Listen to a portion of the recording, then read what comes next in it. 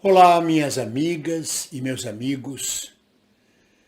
É difícil entender o que se passa na Ucrânia, no leste europeu. E é difícil saber que lado tomar. Para começar, eu penso que nós não devemos tomar lado nenhum. Eu sou a favor da Rússia, eu sou a favor dos Estados Unidos, eu acho que a Rússia está errada, eu acho que os Estados Unidos está errado. É o início de uma guerra localizada, ainda localizada, entre duas potências imperialistas, entre dois sistemas capitalistas. E numa guerra de sistema capitalista, ou em qualquer guerra, sofre o povo, sofrem os soldados, filhos do povo. A carne humana do proletariado, das pessoas pobres, é que serve de abastecimento para os canhões capitalistas ou imperialistas. Mas vale lembrar, entre outras coisas, porque muita gente pode fazer análises profundas, a Globo News está aí com vários especialistas. O Jones Manuel, ele tem uma análise muito boa também. Há várias pessoas que conhecem bastante o assunto. Mas vale lembrar, acrescentar, que até 1918 a Ucrânia era parte do Império Russo. Quando a Revolução Soviética ocorre, em 1917, era preciso fazer a paz com a Alemanha, para que a nação russa, soviética, continuasse existindo, a revolução continuasse existindo. Não tinha forças para continuar a guerra, porque eles estavam morrendo milhões de trabalhadores russos na guerra com a Alemanha. E Lenin, então, teve que aceitar o Tratado de Brest-Litovsk. Pelo Tratado de Brest-Litovsk, a soviética russa continuaria existindo, mas perdeu a Letônia, a Estônia, a Finlândia e, entre elas, a Ucrânia. Perdeu 50% da população. Não por morte, perdeu, foi afastado 50% do Império Russo, do antigo Império Russo populacional, e 90% da indústria da Rússia.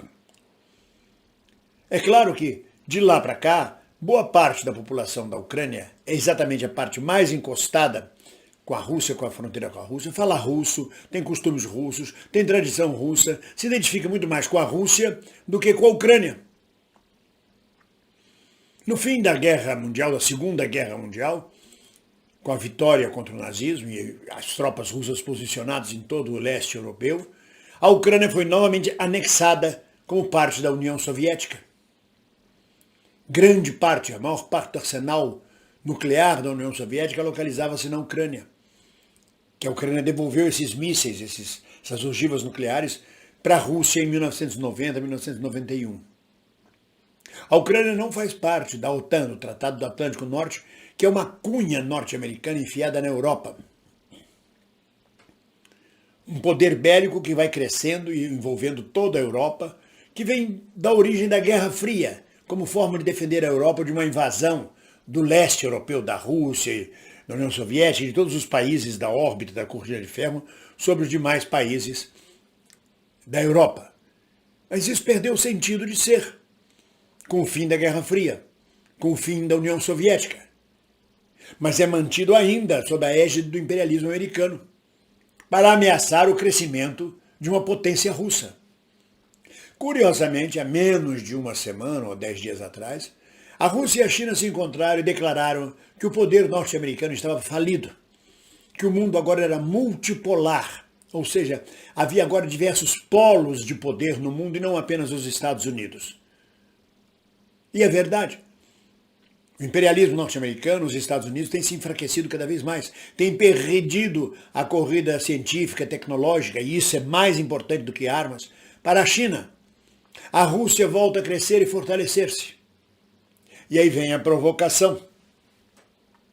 Vem o rompimento dos acordos de Minsk, onde a Ucrânia e a OTAN se comprometiam a não atacar essas áreas da Ucrânia, que são chegadas e próximas, a área de Donetsk e Lugansk, sei lá o nome dessas coisas, que são próximas à Rússia. Romperam esse tratado, fizeram ataques a isso, provocações.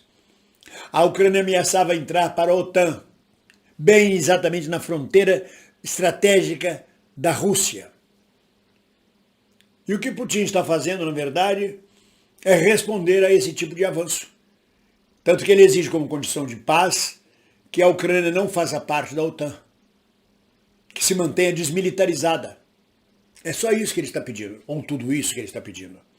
Mas Joe Biden está profundamente enfraquecido, perdeu o apoio popular nos Estados Unidos, Donald Trump continua forte, os democratas estão tomando uma surra na opinião popular dos Estados Unidos, Joe Biden é um presidente fraco e é um lobo em pele de cordeiro. E ele com uma guerra ganha prestígio. Nada melhor do que uma guerra, ou para acabar com o regime, como aconteceu com a ditadura argentina, ou para elevar e unir o povo em torno do seu líder máximo. No caso, Joe Biden, o defensor da democracia, da liberdade, do mundo livre, contra o urso da Rússia, que quer sufocar a Ucrânia, matar os povos e tudo mais. Fica difícil tomar lado, mas esses são os dados que ficam na mesa. Por outro lado, a União Europeia impõe, e os Estados Unidos impõem sanções econômicas à Rússia. É um tiro no pé, porque a maior parte do gás utilizado na Europa é fornecido pela Rússia, que corta este fornecimento. A Europa só tem gás para 2 meses. Vai faltar gás na Europa. Gás para abastecimento, para carro, para transporte, para casa, para aquecimento, para cozinhar, para tudo mais. Para indústria, para comércio. A coisa não é fácil. Então a Europa não pode se envolver numa guerra com a Rússia sem ter uma reserva de gás. E vem da onde? Vem exatamente da Rússia. E outras perdas imensas, comerciais, nas relações da Europa com a Rússia. E de outros países do mundo com a Rússia. Não está fácil para os Estados Unidos levar avante uma situação dessa. Um enfrentamento com Putin. Também não é fácil para o Putin sair arrebentando tudo pelo caminho. Então uma guerra localizada, onde todo mundo diz calma, calma, calma, ninguém enfrenta, calma, ninguém, não entra mais gente no conflito, vamos tentar acertar essa situação. E é um jogo político, como toda guerra. Mas é um jogo político, de interesses políticos e econômicos. Mas no caso, sobretudo, de geopolítica. Para não ter mais um país do leste europeu, mais um avanço da OTAN no leste europeu em cima da Rússia. E uma afirmação da Rússia daquela conversa que ele teve com o presidente chinês, onde disseram, olha, Estados Unidos, vocês já eram, já foi o tempo de vocês se dominarem unicamente o planeta. O planeta agora é multipolar e nós vamos provar isto com a guerra da Ucrânia, reconhecendo as repúblicas da Ucrânia. E vocês vão ficar de mãos amarradas. Senão os Estados Unidos já tinham entrado lá com tropa. Como a Ucrânia não faz parte da OTAN, um ataque à Ucrânia não é um ataque à OTAN. É preciso justificar isso de alguma forma para envolver a OTAN. Ridiculamente, o primeiro-ministro de Portugal, o primeiro-ministro socialista de Portugal, diz que talvez Portugal tenha que enviar tropas à Ucrânia. Tropas portuguesas à Ucrânia? Nós estamos a mais de 2.000 quilômetros da Ucrânia. E vai enviar tropas portuguesas, eu digo nós, aqui em Portugal, estamos a mais de 2.000 quilômetros da Ucrânia. Que tropas? 300 soldados portugueses para dizer que está participando da OTAN? Não muda nada. Então é uma situação, é o chamado impasse do jegue. E a imprensa aproveita o sensacionalismo para vender jornal, para vender audiência, os telejornais. Sai do foco o Covid-19, a pandemia, como se a pandemia acabou. Agora é a guerra da Ucrânia. O que vamos vender agora, o que está vendendo agora é a guerra da Ucrânia. Não interessa se estão morrendo de Covid, do que quer que seja. Agora é vender guerra da Ucrânia. Ameaçar o mundo, que olha, vai ter uma guerra nuclear, vai morrer todo mundo. Ah, lá na Ucrânia, o Putin vai fazer uma guerra nuclear, vai jogar bomba atômica. E aí as pessoas embarcam nesse sensacionalismo. Continue acompanhando, sobretudo por quem é abalizado para falar sobre a Ucrânia, a Rússia e essas relações neste momento. Mas eu não podia deixar de dar o meu pitaco e dizer que entre os dois eu não tenho lado. Meu lado é o lado da paz.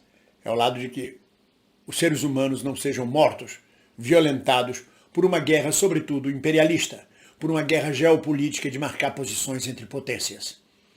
E a Ucrânia servindo de bode expiatório. Mas seja como for, é uma guerra. E seja como for, a gente vai ter mais cedo ou mais tarde que tomar um lado. Ou não. Muito bem. Mas vamos seguindo que nós temos uma guerra interna no Brasil para ser travada. Que não foi à toa que o Bolsonaro foi à Rússia. Foi conversar com Putin sobre as eleições brasileiras de outubro, de como Putin podia influenciar as eleições brasileiras, como fez com as eleições americanas. O Cabeção foi lá conversar com o hacker russo para saber como é que eles podem melar a eleição de outubro.